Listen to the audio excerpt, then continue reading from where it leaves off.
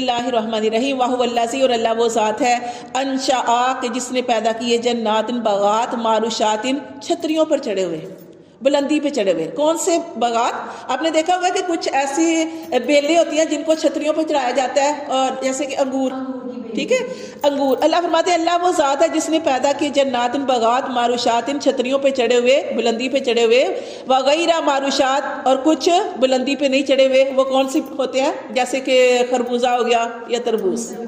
کچھ ایسے ہوتے ہیں جن کو اوپر چڑھانا پڑتا ہے نا بیلوں پہ، چھتریاں، وہ جیسے انگور وغیرہ. اور جو زمین کے ساتھ لگے ہوتے ہیں وہ کون سے ہوتے ہیں کہ وہ جیسے خربوزہ ہو گیا، تربوز ہو گیا وغیرہ. اللہ فرماتے ہیں اللہ وہ ذات ہے جس نے پیدا کی تمہارے لیے معروشات بلندی پہ چڑھے ہوئے، چھتریوں پہ چڑھے ہوئے، وغیرہ معروشات اور کچھ نہ چڑھے ہوئے، والنخلا اور اللہ وہ ذات ہے جس نے پیدا کی کھجور، والزرع کھیتی، مختلفاً مختلف ہیں، اکلہ ان کے پھل، ان کے ذائقے.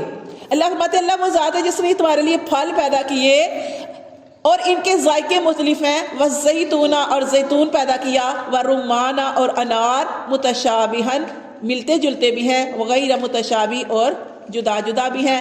اللہ فرماتے ہیں یہ اللہ نے سارا کچھ تمہارے لیے پیدا کیا، کلو کھاؤ، من ثمرہ اس کے پھلوں میں سے. یہ اللہ نے تمہارے لیے پیدا کیے ہیں، اللہ نے باغات تمہارے لیے پیدا کیے ہیں، اللہ نے پھل تمہارے لیے پیدا کیے ہیں، کھاؤ ان پھلوں میں سے.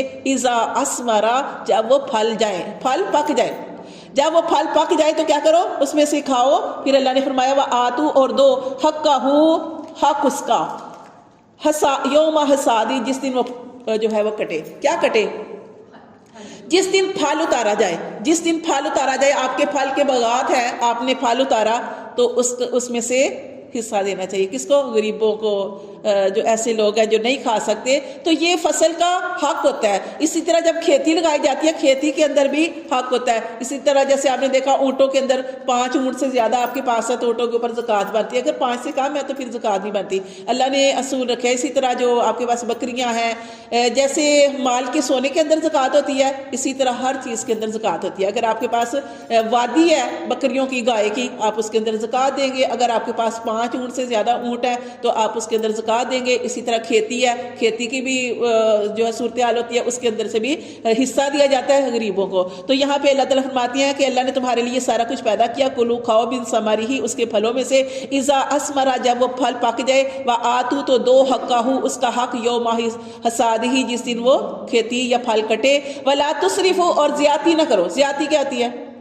یا تو سارا ہی دے دینا، اپنے گھر والوں کو محروم کر دینا، یا پھر بخیل ہو جانا، کسی کو کچھ نہ دینا کہ بھائی ہمارے پاس کوئی آئے نہ، چھپ کے کاٹ لیا، چھپ کے اندر ڈال لیا اور کسی کو بھی کچھ نہ دیا. اللہ تعالیٰ نے اس امت کو درمیانی امت بنایا، اور نبی صلی اللہ علیہ وسلم نے ارشاد فرمایا کہ نہ اپنے ہاتھوں کو کھلا چھوڑ دو، نہ اپنے ہاتھوں کو بند کر لو. کھلا چھوڑو، اتنا خرچ نہ کرو کہ اپنے گھر والوں کے لیے کچھ نہ رہے، اور اتنا بھی اپنے ہاتھوں کو بند نہ کر لو کہ تم اتنی بخیلی کرو کہ کسی کو کچھ بھی نہ دو. تو اس لیے اس امت کو درمیانہ بنایا. اللہ فرماتے ہیں ولا تسرفوا حد سے نہ بڑھو، زیادتی نہ کرو، انہ بے شک واللہ لا یحب المسرفین اللہ تعالیٰ حد سے بڑھنے والوں کو، زیادتی کرنے والوں کو پسند نہیں کرتے. صدق اللہ.